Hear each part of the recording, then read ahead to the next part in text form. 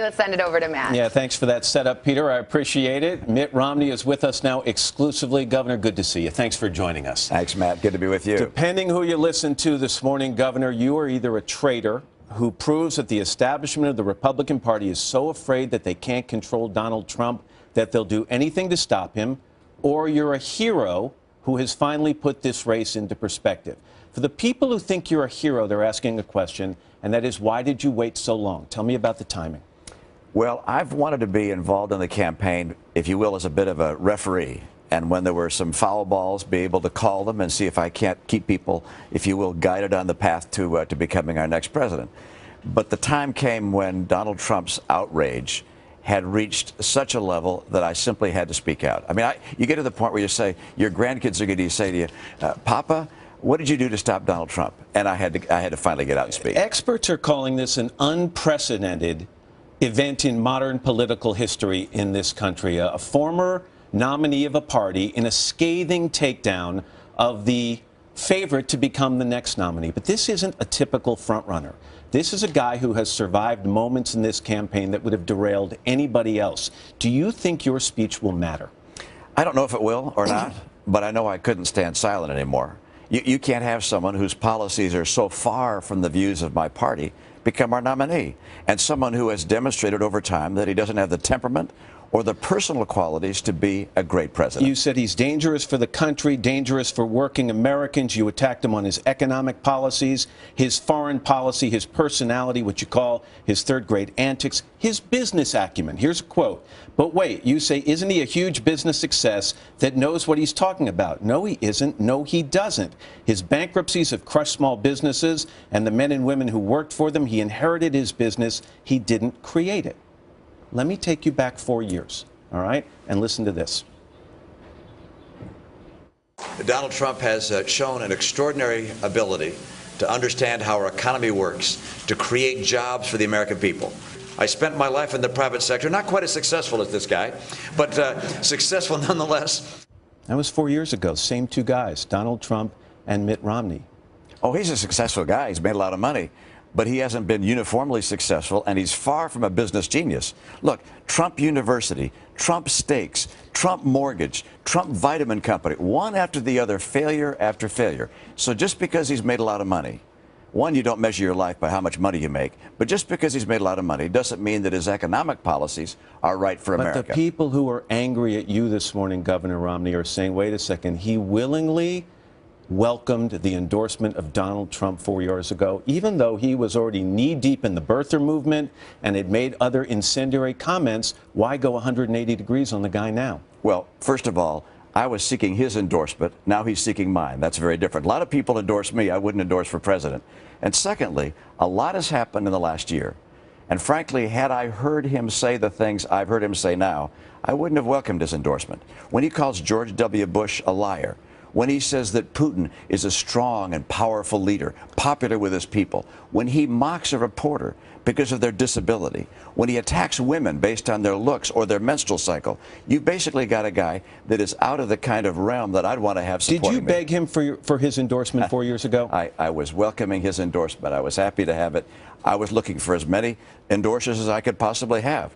But when it comes to who I would support for president, there are a lot of folks who endorse me I would not want to see as president. You laid out a plan in your speech yesterday. You said, if the other candidates can find common ground, I believe we can nominate a person who can win the general election and who will represent the values and policies of conservatism. You went on. You said, given the current delegate selection process, this means that I would vote for Marco Rubio in Florida, for John Kasich in Ohio, and for Ted Cruz, or whichever one of the other two contenders has the best chance of beating Mr. Trump in a given state. You are calling for nothing less than a suppress Donald Trump movement that will lead to Cleveland and a contested convention. Well, there's no question I'm going to do everything within the normal political bounds to make sure that we don't nominate Donald Trump.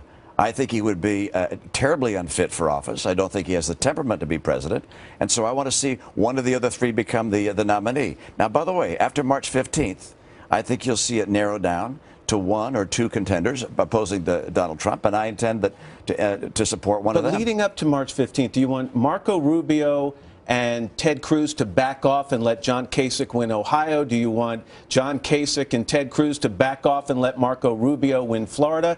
And if we get to Cleveland and a contested convention, how are these millions of voters, some of whom have come to the process in the party for the first time because of Donald Trump, how are they going to feel to have put Donald Trump in the lead and watch the establishment wing of the party pull the rug out from under it? Well, first of all, there are a lot of people, establishment or not, who agree with me that Donald Trump should not be president of the United States and don't want to see him become the Republican nominee.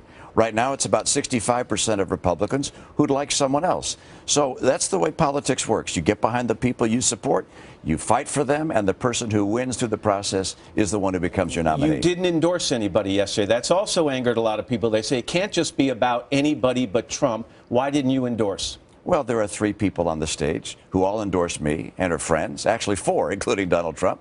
And I want to see how they do on March 15th. You know, we get along. I doubt we're going to spend a lot of time together now. But we're going to see on March 15th, I think, a narrowing of the field. And at that point, I wouldn't be surprised if I endorsed one of those guys. Not endorsing someone now, Governor, have you left the door open just wide enough for you to ride through it on a white horse? Do you want to be considered as an alternative to save this party if it gets down to a contested convention in July? No, no. The people who can save this party are Ted Cruz, Marco Rubio, or John Kasich. We're going to get a sense within a few days of who that person might be, but I'm going to be supporting that person and doing everything I can to make sure they become the nominee of the party. I'm going to be a little stubborn on this. Under any circumstances, Governor, if large numbers of people in the establishment wing of the Republican Party come to you and say, Mitt, you're the guy who can save the day, under any circumstances, would you be a part of this presidential race as a candidate? There are no circumstances I can foresee where that would possibly happen. But let me say something else. I can foresee. No reasonable scenario I can imagine. Just slam the door on it. Close the door. Unambiguous. You will not run for president. I'm not running for president, and I won't run for president. But let me tell you this. The term establishment is a real mistake. There are mainstream Republicans who believe in conservative values. There are people, whether they're established or not, there are people who've been around the political world, have watched what's going on. What's happening with Donald Trump is recognizing people are angry, as they should be. But he's channeling that anger in a way that will not help working families. There are other Republicans who believe in the principles that will actually lift people out of poverty and create good jobs for the American people. Last question, the tone of this race. These candidates have called each other losers, liars, sweaters, chokers. They have made fun of each other's appearance, the size of their ears, the size of their hands. You read between the lines. Is there one person running on the Republican side, in your opinion, who has been the biggest adult and the most presidential? Well, it's very clear to point to the person who's been the smallest adult, and that's Donald Trump. I mean, he has taken personal physical attributes. I'll go both ways. Personal physical attributes and made fun of people on that basis throughout the campaign. And some of the candidates are saying, you know what, I got to return fire. You can't sit here. I mean, last night he kept pointing at Marco Rubio and saying, little Marco, little Marco. I mean, this is a new low in presidential politics, and simply wrong. I think John Kasich is saying, hey, look, I'm not going to do that, but recognize that if you want to become the nominee, you've got to prosecute the opposition as well as lift yourself. Would you vote for Hillary Clinton or sit out voting as opposed to voting for Donald Trump? Well, I wouldn't vote for Donald Trump, and I wouldn't vote for Hillary Clinton. I intend to vote for our nominee. I expect that nominee to be a real conservative, a real Republican. Governor Mitt Romney, I really appreciate you coming in this morning. Thank you, Matt. Good to be with you. Thank you very much. Hello, Today fans. Thanks for checking out our YouTube channel. Subscribe by clicking that button down there and click on any of the videos over here to watch the latest interviews, show highlights, and digital exclusives.